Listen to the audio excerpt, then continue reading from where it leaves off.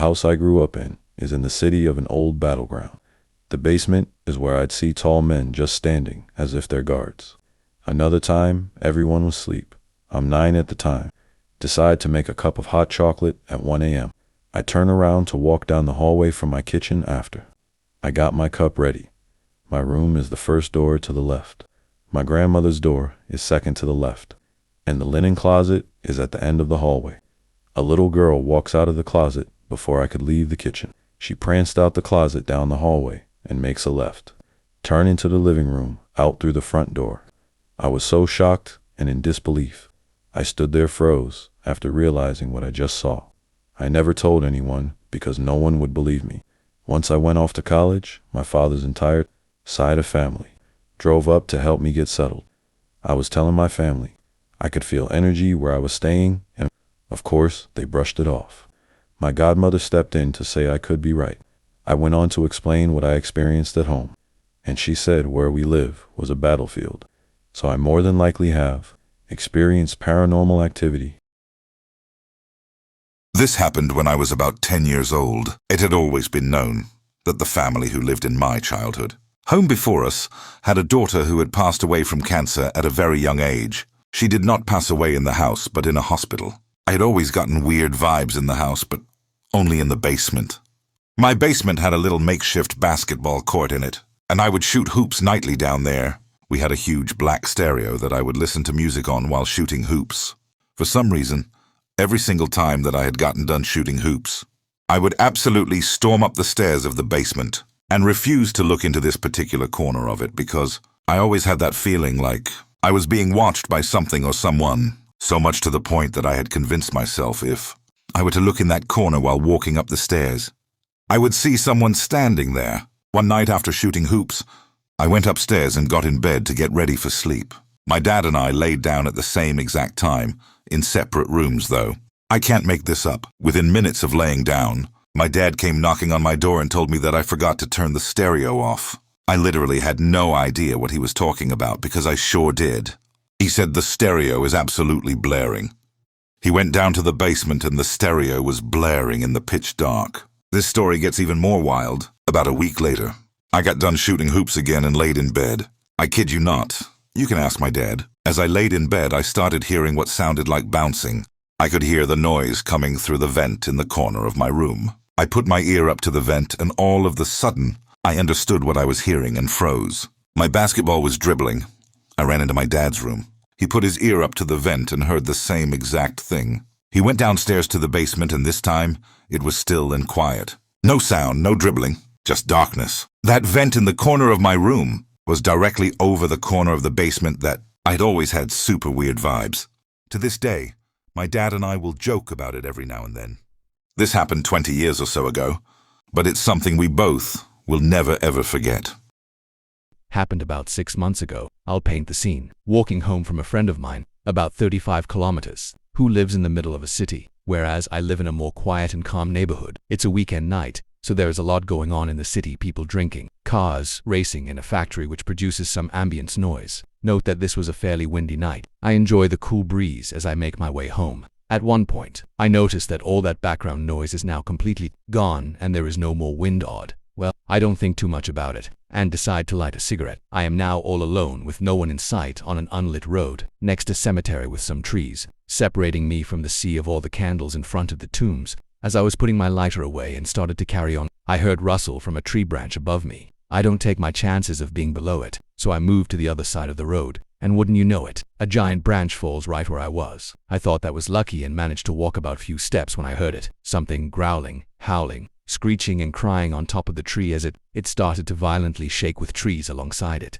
Figured that was my sign to keep going and upped my pace. As I am so far away that I barely could see the cemetery, I decide to look behind and there it was physically. Dark, human-like build, easily 2 meters tall with somehow lit black eyes. Something told me to ignore it, as hard as it was, and walk away. I was raised in a religious manner, but never so much believed in it myself. Out of instinct, I stop few houses down from where I live, draw a cross with my foot on the ground and keep walking without even trying to catch a glimpse of whatever followed me. As I got to my driveway, I felt the breeze, heard a car race down a busy street not so far away in the ambience of the factory, went straight to bed trying to forget what had happened. After this, I never took other people's experiences lightly. There's tons of more stories from me that I never kept so much as paranormal, but a random coincidence.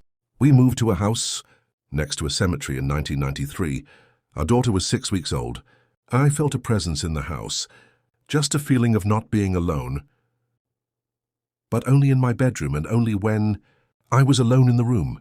Shortly after, I began seeing movement in my peripheral vision, and the TV and stereo in our bedroom would go on and off by themselves. My husband insisted it was a problem with the electronics, so we donated and replaced them. Same issues with brand new ones. My jewelry, only certain pieces would disappear and then suddenly turn up.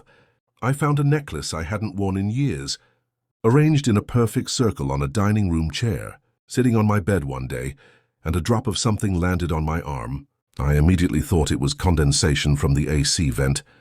Looked up and the vent was on the other side of the room. Felt overcome by sadness and thought maybe the ghost was crying. At this point, I'd prayed repeatedly and put crucifixes everywhere, which had no effect. What finally did it was I was in the tub and the lever to let water out. Slowly came up and water began to drain. Then something slowly pushed the shower. Curtain, it was open but pulled to one side, back toward me. One day when I was alone in the house, I just said, "I know you're here. I know you're sad and trying to tell me something, but you're scaring me a little. Let's just get it over with and let me see you." After that, I started seeing a woman in a high-necked black dress. It was all in shades of black and grey, but I could see that her hair was in a bun and even the pleats and buttons on the dress. I saw her frequently after that, and things continued to happen. My husband was snaking drains, fixing levers and hinges, trying to figure out logical explanations. I had another talk which was basically an, "It's okay, you will be safe. Go to the light," and she left. But then I developed the ability to sense, see and communicate with spirits, which is another story.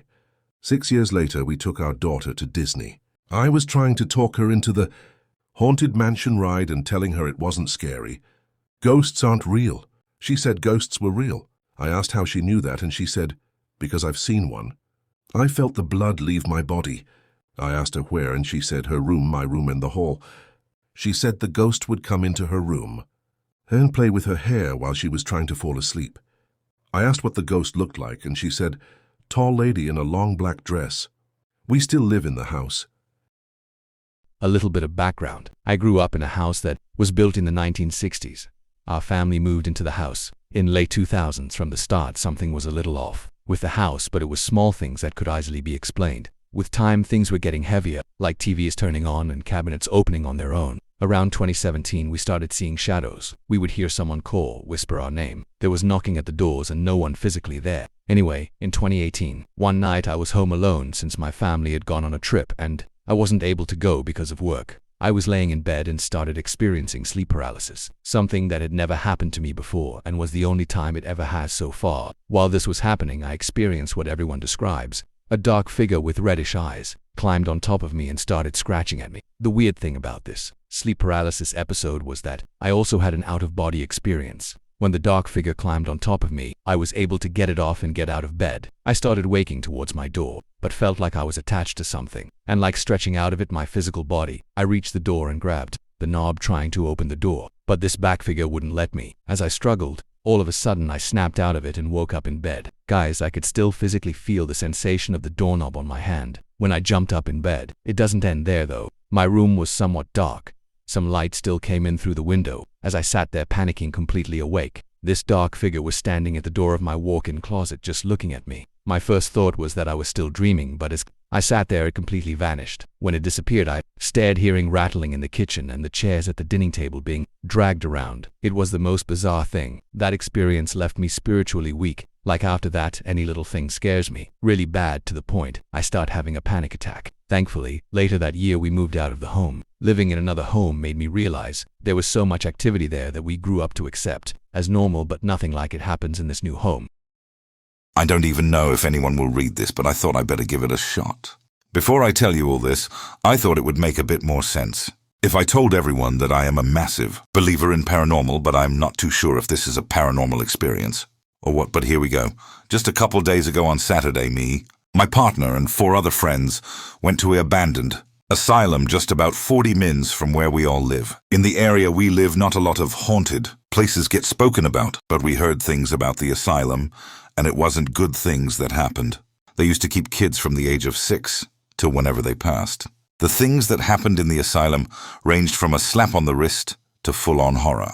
I'm not gonna say what type of horror, just in case it triggers anyone. So when we heard about it, we all wanted to go. To start off with, it was fine, but as we got further in, I felt so out of it, but everyone else felt perfectly normal. My partner noticed that I started to look so pale when we got to a room with nothing but 4 chains attached to the wall, 2 at the top and 2 at the bottom. When I stepped in, I felt like I was being choked. I got out of that room as fast as I could. I know I should have left then and there, but my gut was telling me to stay. I got to a point in the asylum. It was such a small space, like that small. You could barely fit a double bed and a closet. We went into that room, I'm pretty positive it was a bedroom.